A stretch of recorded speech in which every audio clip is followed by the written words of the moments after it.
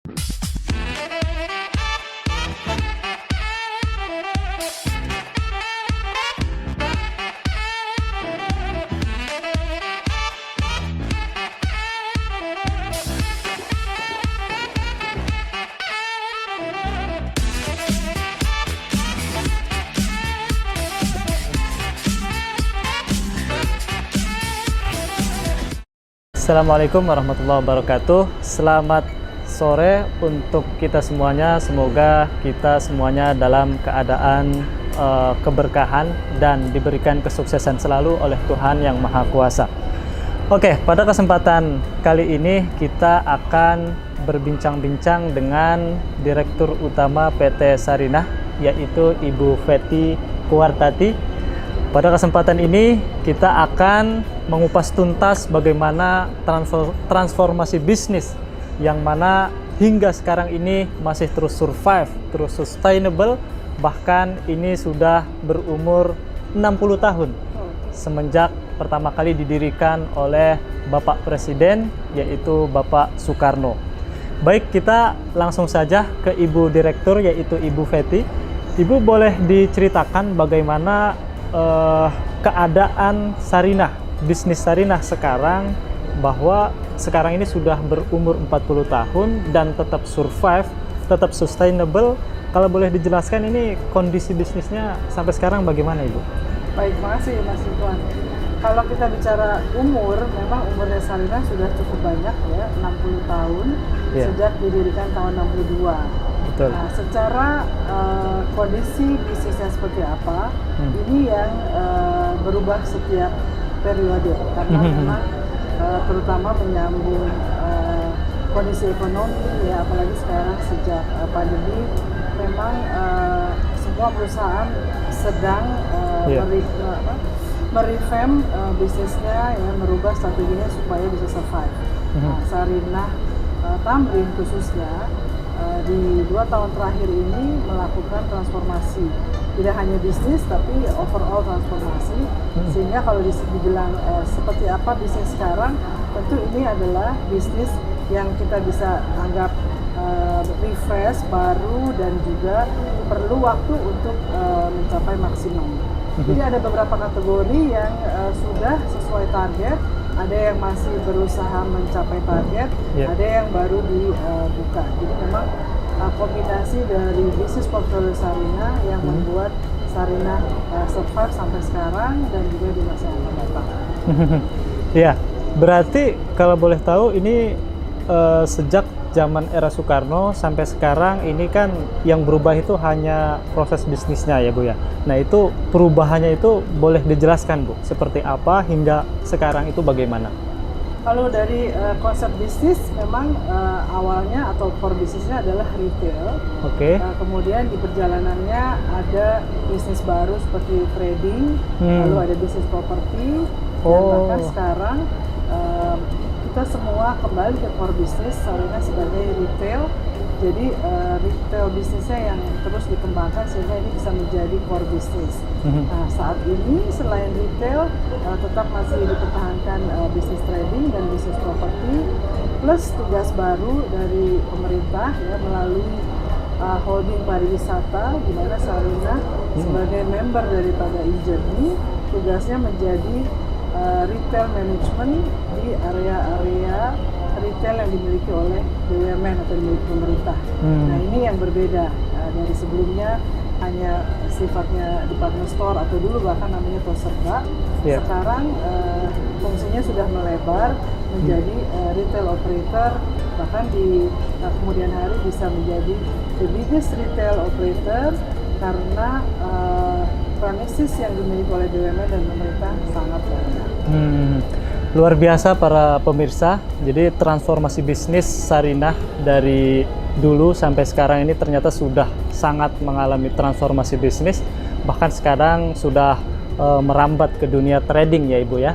Ke hospitality juga ya, Bu ya, tentunya? Ya, karena memang salah satu aset yang dimiliki oleh Sarinah yaitu Hotel Sari Pacific. Nah, ini tentu erat kaitannya dengan hospitality, dengan service. Oleh karena itu dari core bisnisnya retail, kemudian ada hospitality, lalu ada mendukung ekspor, Yeah. digital, sehingga ini menjadi satu kesatuan ekosistem retail, tentu yang mendukung produk lokal dan UMKM di pasar domestik maupun di dunia. Luar biasa sekali. Saya tertarik ini ingin menanyakan ke Ibu Direktur langsung terkait dengan digital, transformasi digitalnya. Seperti yang Ibu jelaskan tadi bahwa bisnis Sarinah ini sudah sangat berkembang, mengalami kemajuan. Tentu ini sudah sesuai dengan visi misi yang sudah dibangun oleh Bapak Soekarno dulu ya Ibu ya. Nah, dari sisi transformasi digitalnya Ibu, kira-kira apa saja yang sudah dilakukan oleh PT Sarinah ini, Bu? Kalau untuk digital ini sesuatu yang baru ya buat Sarinah, makanya kita masukkan ke dalam program transformasi, di mana Sarinah mulai membuka platform e-commerce, lalu juga Sarinah menjadi agregator untuk onboardingnya produk-produk lokal ke platform e-commerce melalui platform Sarinah Mall ataupun juga Sarinah Official Store di Marketplace. Nah, selain itu juga kita buat ekosistemnya untuk digital yang menunjang, yaitu dikaitkan dengan program CRM, ya, program loyalty membership, sehingga ini ikut dapat meretain customer Sarinah dan juga meningkatkan sales melalui program omni-channel, bagaimana kita menghubungkan online dengan offline. Tapi memang masih sangat kecil karena ini baru lahir inisiatifnya. Tapi diharapkan kedepannya ini juga menjadi kontributor yang besar, di mana Sarinah tidak terbatas oleh offline store, tapi juga ada di online bisnis. Dari sisi transformasi digital sudah sangat drastis peningkatannya. Nah, saya ingin mencoba melihat flashback ketika bagaimana COVID ini sudah menyerang berbagai mana lini jenis bisnis ya Bu ya. Nah, dari sisi bisnis dari Sarinah ini, apakah salah satu perusahaan yang terdampak oleh COVID-19 yang kemarin merajalela itu, atau karena sudah ada digital ini sudah tidak terdampak sama sekali Bu? Kalau Sarinah kebetulan dampaknya double nih. Jadi pertama kena COVID, yang kedua juga melakukan transformasi end-to-end, di mana tokonya tutup, ya, beberapa gedung perkantorannya juga tutup karena renovasi. Jadi dampaknya sangat terasa sekali, sehingga begitu tokonya mulai dibuka kembali, disitulah kita mulai meningkatkan kembali sales, ya, yang dimana ini bisa menjadi core bisnisnya Sarinah. Tapi blessingnya adalah di masa pandemi justru kami berhenti beroperasi, ya, Sarinah Tamrin, pokoknya berhenti total selama 2 tahun, melakukan renovasi, melakukan review terhadap konsep bisnis, fine tuning lagi corporate communication, branding, termasuk juga melakukan mixing ulang untuk produk dan juga makanan mix, dan akhirnya Sarinah bisa dibuka kembali di bulan Maret untuk umum, yang puji Tuhannya adalah mendapat respon sangat positif dari masyarakat sampai sekarang. Oh iya luar biasa. Jadi di era endemi yang sekarang ini bisnis Sarinah kembali naik dengan sangat drastis ya. Oke, sebelum kita sambil berjalan keliling Ibu, ini ada satu pertanyaan mungkin, kira-kira tantangan ya Bu ya, tantangan selama Ibu menjadi direktur utama di PT Sarinah. Kira-kira tantangan yang sedang dialami atau akan dilakukan oleh Ibu, baik itu dalam jangka pendek atau jangka panjang, itu seperti apa Bu? Jadi kalau kami lebih melihatnya ini memang sebuah challenge atau sebuah tantangan, tapi juga pembelajaran. Jadi ini uang sekolahnya. Banyak sekali, karena secara timing ini adalah di masa pandemi. Jadi apapun semua jadi terdampak dengan adanya pandemi. Misalnya renovasi yang harusnya selesai 1,5 tahun, ini jadi mundur 22 tahun. Kemudian juga secara day to day kita juga tidak bisa maksimal Kemudian waktu kita mengajak para mitra untuk bergabung dengan Sarinah, itu juga sangat challenging karena banyak dari mereka yang terkena dampak, sehingga beberapa dari mereka cenderung wait and see, tidak langsung bergabung dengan Sarinah, tapi cenderung menunggu sampai ekonominya lebih membaik. Nah, juga yang tidak kalah challengingnya adalah bagaimana merubah mindset Sarinah dengan culture-nya yang sudah ada selama 58 tahun saat itu, dirubah menjadi sesuatu yang lebih agile, lebih relevan dengan zaman sekarang, lebih menjawab kebutuhan dari masyarakat, dan juga tetap bergerak sebagai pendukung ekonomi kerakyatan atau UMKM.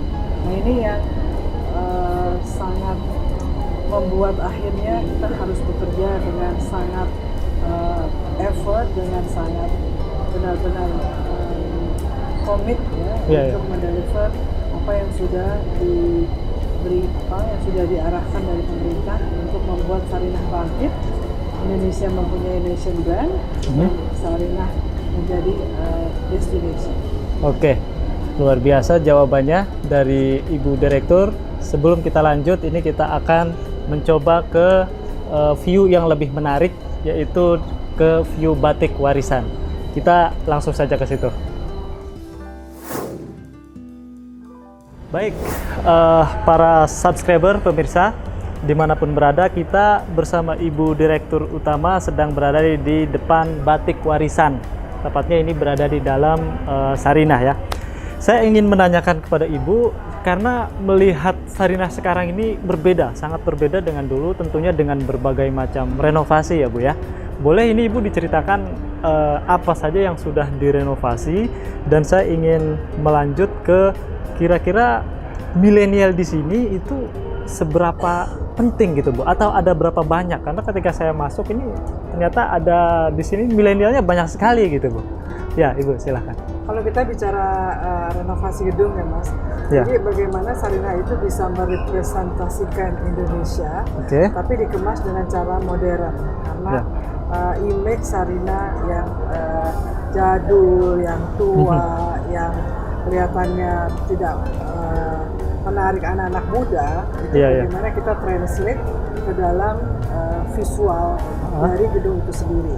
Jadi kalau Mas lihat di sini dari mulai ceiling, kemudian juga wall, flooring, ini sebisa mungkin disisipi oleh keindonesiaan. Misalnya dilihat dari bahan-bahan, ini rata-rata rotan, kayu, kemudian ada anyaman. Indonesia banget ini Bu ya. Ada anyaman yang memanjang dari lantai ground ke lantai 1 dari rotan yang dianyam. Ini simbol dari Sarinah yang selalu menggunakan selendang. Jadi selendang Sarinah diangkat, divisualisasikan menjadi interior design. Nah, ini juga menceritakan bahwa dengan selendang ini kita terkonek atau ini nyambung gitu, sehingga bagaimana Indonesia tetap relevan, Sarinah tetap menjadi pilihan dari semua segmen. Nah, kita melihatnya sekarang Sarinah menjadi lintas segmen.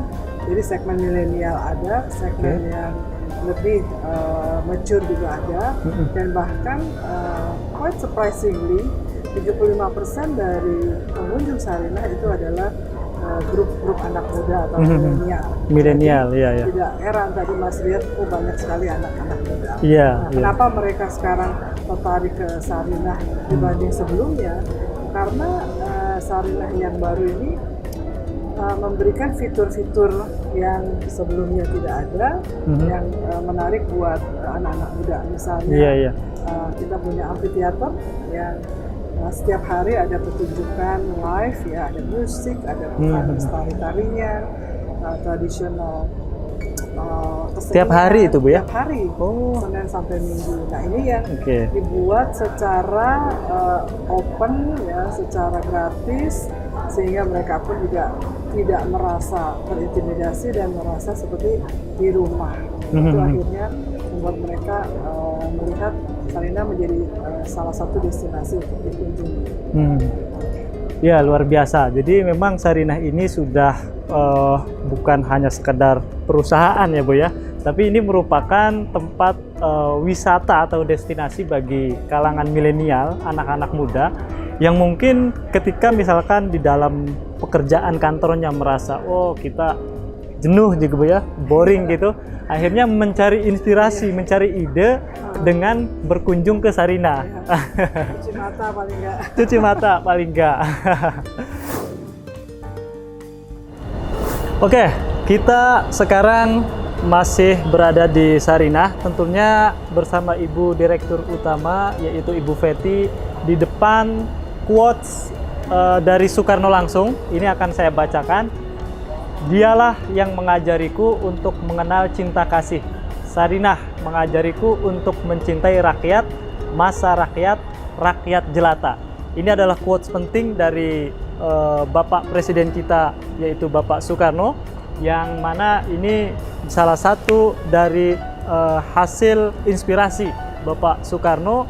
Ibu, kalau boleh izin, ini penamaan Sarinah ini, Ibu, Presiden Soekarno pada waktu itu terinspirasi dari apa ini, Bu?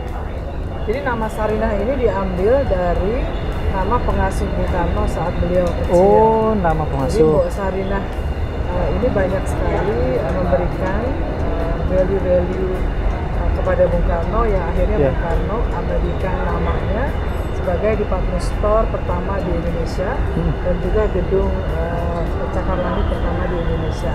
Oke. Karena beliau sangat terkesan ya dengan pengajaran atau value dari Sarinah yang selalu juga mengingat rakyat kecil. Jadi dibuat Sarinah pada tahun 62 itu dengan bermaksud mendukung ekonomi kerakyatan dan juga mendorong UMKM. Iya, ya. Karena ini sudah jumlahnya sangat besar dan bisa diharapkan menjadi penggerak ekonomi Indonesia. Ya, luar biasa. Bermula ide dari Soekarno, yaitu membuat salah satu usaha retail atau perdagangan, yaitu Sarinah, hingga sekarang sudah merambah kemana-mana. Tentunya ini dilakukan dengan misi membangun UMKM, membantu rakyat jelata sesuai dengan quote yang sudah ditulis oleh Pak Soekarno. Kalau boleh tahu Ibu, apakah produk-produk yang sudah di Sarinah ini sudah masuk ke luar negeri, diekspor, Bu? Jadi memang pada saat ini fokusnya adalah pasar domestik, tapi beberapa produk sudah diekspor. Jadi para UMKM yang sudah siap dengan ekspor produknya bisa bergabung di Trading House Sarinah, di mana Sarinah akan menjadi jembatan yang menghubungkan antara international buyer dengan produk-produk UMKM yang sudah siap ekspor. Ya, ini menarik sekali, guys, perbincangannya. Namun kita memiliki waktu yang terbatas, tapi nanti next time kita akan lebih lanjut membicarakan lebih dalam dengan Ibu Fety selaku Direktur Utama PT Sarinah. Baik, sebelum kita tutup wawancara singkat ini, saya minta dari Ibu quotes penting, Bu, untuk seluruh rakyat Indonesia, sekaligus ini apa ya, harapan yang lebih spesifik, Bu, ya, kepada rakyat Indonesia bahwa Sarinah ini merupakan nation brand yang sangat kuat dengan berbagai macam yang ada di sini, mulai dari hasil renovasi yang sudah dilakukan, bahkan tentunya brand-brand yang ada di sini itu sudah sangat Indonesia sekali. Baik, kita minta closing statement lah ya, Bu, dari Ibu di akhir, kurang lebihnya silahkan, Bu. Mari kita dukung bersama-sama gerakan lokalitas ini, karena UMKM produk Indonesia bisa sejajar dan bahkan mengungguli produk-produk lainnya di mancanegara, dan juga ini harus kita lakukan secara bersama-sama. Kalau bukan kita, siapa lagi? Jadi mari kita langsung bergerak mendukung produk lokal dan UMKM go global. Sarinah. Baik, terima kasih banyak Ibu atas bincang-bincangnya. Semoga PT Sarinah terus maju, terus berkembang, terus melejit sehingga dapat memberikan dampak yang sangat baik, yang sangat positif untuk seluruh rakyat Indonesia. Terima kasih. Saya Ridwan Bahrudin dari Business News Indonesia. Terima kasih, selamat sore, sampai jumpa kembali.